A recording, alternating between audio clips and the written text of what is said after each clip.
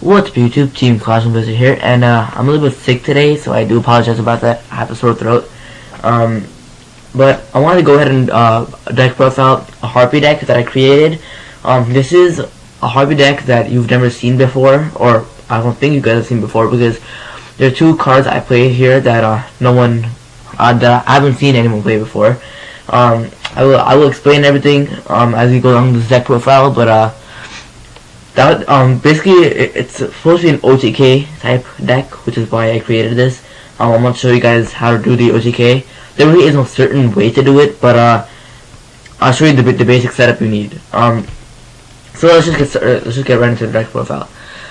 First up, we have a triple Harpy Queen to search out your Harpy's hunting ground, and you know it's 1900 B6, so it's pretty good. And also it's treated as a Harpy lady while it's in the graveyard and on the field, which is actually very important for the OTK. I'll tell you guys that once I get there. I want to keep you guys in the suspense as much as possible. Next up, we have a triple Harpy Channeler. It's just such a good card because you just use Harpy Channeler's effect and get a Harpy Hunting Dragon and make a Draco Sack and pass for the turn. So like, it's really good. And this card, as well as Harpy Queen, is also treated as Harpy Lady while it's in the graveyard. And then next up we have triple Harpy Dancer. This card as well as both of these, it's also treated as a Harpy Lady while it's in the graveyard. And also basically what you gotta do is you activate Harpy's Hunting Ground, then you summon Dancer to pop one of their back rows, then use the Dancer's effect to bounce it, and then resummon either itself if that's the only one in your hand, or summon one of these, and then pop another card, pop another one of their back row, and you just go +2 over right there. So it's a really good card. Next up, we have a triple Harpy Lady 1, extremely important card in the OTK. The one thing I really like about this card in particular is that it's always treated as a Harpy Lady, so that like even in your main deck, like let's say you play Elegant Egotist, the only card you can make is a Harpy Lady 1, which is like, it's really not bad because that's the only one that's kind of like what you want to make most of the time. And sorry about that, guys, I had to blow my nose. And so yeah, it's a very good card, and it gives all your wind monsters a boost, which is very powerful. Next up, we have a double Harpy's Pet Dragon. I do play two. I figured that one wouldn't really be enough, especially sometimes if it's in your hand, it could be a dead draw. So like you could play Harpy Channeler, and if this is like the only thing you can pitch in your hand, you pitch one of these and get out the second one. So you like even if one's a dead draw, if you only play one, then like it's useless. You can't make a Draco Sack or whatever. So which is why I play two, so you can pitch one and get the second one out. Next up, we have a double Summoner Monk. Summoner Monk is actually a really good card in to XYZ summon, and also you can get out like a Harpy Channeler and then again make Draco Sack, or like get out a Harpy Lady 1 and do whatever you can. It's basically whatever you want to do at that moment. So yeah. As for the hand traps, double Veiler and 1 Max C. I used to not play Veilers at all. I used to play double Max C, sometimes even triple Max C, depending on the deck. But now, as you guys know, Max C is still a pretty good card. If I had space in the extra deck, I probably would side in the second one. But I personally like Veiler better in this format because it's good. It stops many decks, and it stops at OTKs and all that. So yeah, that's the monster lineup, and it's 19 monsters. As for the spells, for 14 spells, triple Hunting Ground, you have to play 3, which is just too good of a card. Triple Hysteric Sign, this card is extremely broken. I don't even know how to explain this. I do play like Phoenix Wind Blast, and I side in double Raigeki Break. With these cards, you could just discard Hysteric Sign, and then like either destroy their monster or send it to the top of their deck, and then in the end phase you get Hysteric Sign's effect, and then you just go +3.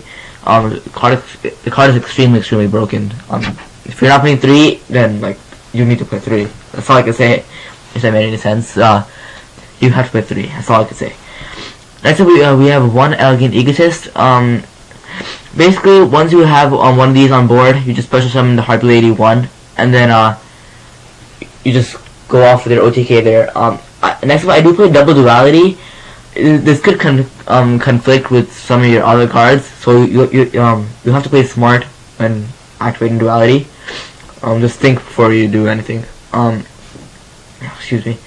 Next up, here is the one out of the two cards I'm playing, which is like my own personal build. Double Inferno Reckless Summon. Basically, when you special, like, let's say you activate Harpy Channeler, you pitch a card and special summon Harpy Lady 1. Since you did special summon a monster with 1300 attack, you go you can activate Inferno Reckless Summon, and then you just get out two more of these. And then also, like, the more Harpies you have in your graveyard, the better, because like you have you have 3, 6, 9, you have 12. So you would have 12 Harpy Ladies in your graveyard, which is extremely good, because I play triple Phalanx Pike. This card is utterly broken because it gives your monster a 900 attack point boost, which is like wrecked. Because basically, let's say you get out let's for example, let's say you have a Harpy Lady 1 on your side of the field, and then let's say you have one Dancer, 2 Queens, and 1 Channeler. Let's see, so that's a total of 4. You have 4 of them in your graveyard, and let's say on your field you have 2 Harpy Lady 1s. You activate a Phalanx Pike targeting one of your Harpy Lady 1s, and it gains 900 attack for each. So that's a 3600 attack because you have 4. So you have one Harpy Lady 1 which has 4900 attack, and then plus 300, so that's 5200 attack, and then the other one has 1600. Sorry, it gains 600 attack, so it's 5500 attack for one of them, and 1900 attack for the other one. And this is why I said it's more of an OTK deck, because I play Phalanx Pike, which gives your monsters a huge boost. And now you have like a Harpy Lady 1 beat stick, or like even like a Harpy Queen or Harpy Channeler or Harpy Dancer. I was just using Harpy Lady 1 as an example, because you would think like a small bird like her would be like such a powerful beat stick at that moment. So yeah, extremely good card, guys. I hope you like this build anyways. Based on the cards I was playing, it's more of an OTK build, which is why I decided to show you guys, like, because I'm pretty sure you guys wouldn't want to see it like a typical Harpy deck. I mean, if you guys do, feel free to ask and I'll make a regular Harpy deck, but I want to show you guys this deck. Anyways, going on to the traps, I played triple Hysteric Party. This also aids in your OTKs because you can just special summon like 5 monsters if possible, and then just attack them and like kill them. And then I'm playing a double Icarus attack since like most of the monsters are winged beasts, and then double Phoenix wing wind blast. For the extra deck, 1 Abyss Dweller, 1 Diamond Direwolf, 1 Evil Storm Exoton Knight, 1 Gaga Cowboy, 1 Gemini Pearl, 1 Harpy's Pet Phantasmal Dragon, 1 Ice Spear Zerifine. This card is extremely broken. Double Lightning Chidori. I do play 2 because like chances are your opponent will probably try to get rid of 1 as soon as you summon it. They might like bottomless you or like Torrential Tribute, Solemn Warning, something like that. So I'd rather have a second one as backup, just in case. So yeah. Then we have 1 Maestroke, 1 101. Nowadays I'm seeing like a lot of people play 101 over Maestroke. The reason why because like 101 basically has the same effect as Maestroke, where if it were to be destroyed you can attach a material instead. But I personally play both because I feel that like if you don't have anything to make first turn, and then most people like before 101 came out, most people would just sit on a Maestroke and pass for the turn. But like nowadays people are just making 101s instead. I would personally like the reason why I play Maestroke is that I would personally wait for like my opponent to have a special summon monster before making a 101, just so that you can like keep the materials. I also play Maestroke so that like on my first turn I can make the Maestroke, and then I can pass with that, and then like I basically have a second 101, except like not as good, but I hope you guys get what I'm saying. And then I play 1 Utopia because you know Utopia, and then 1 Black Ship of Corn. And then as for the rank 7s for the Chandler and Pet Dragon, one Drake Stack and one Big Eye. Basically standards, the two best rank 7s there are. As for the side deck, I play double Nobleman and Crossout. I mainly side this card against YuGiOhs, because when your opponent sets the armor, just activate Nobleman, banish the armor, and then yeah, so they just wasted an armor basically. And I sided in 2, so they'll probably waste their second armor as well. So then they'll have to sit on the third one, and hopefully nothing happens to that one for them. Next up, I do play double Swallow's Nest. The main reason why I play this card, I'm wondering actually why I have it in here. I guess, but for whatchamacallit, Fiendish Chain, I guess. You can just activate Swallow's Nest, and then they'll have a wasted Fiendish Chain on their side of the board.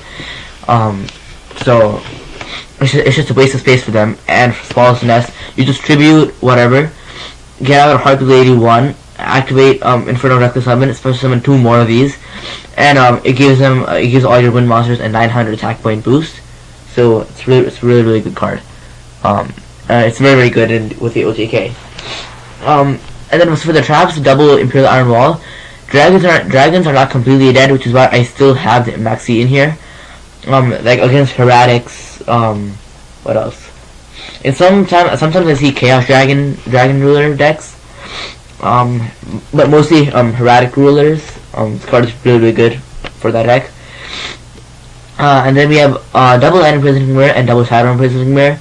2 standard side deck cards that are going to be very popular now and soon to come, because of Chronomalies, Boojins, and whatnot. Boojins especially.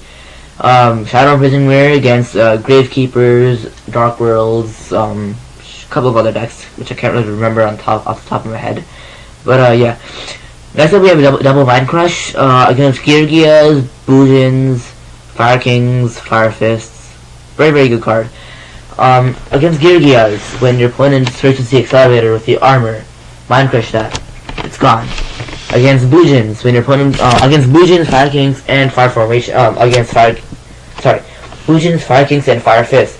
When your opponent activates Tanky or like Bear's Effect or whatever, something like that, you just go ahead and activate Mind Crush, and they just wasted whatever they searched.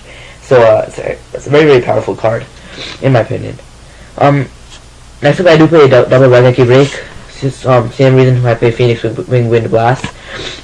By discarding Historic Sign, which is probably the card that you would want to go to when you discard. Yeah. Okay. I'm lost in thought right now. Okay, moving on. Lastly, I play one Soul Drain. Soul Drain, especially against the Dark Worlds, right? Against the Dark Worlds, it just kills their deck. Like every effect that they try to use, nope, negated. That's it. So it's basically like a win condition against Dark Worlds.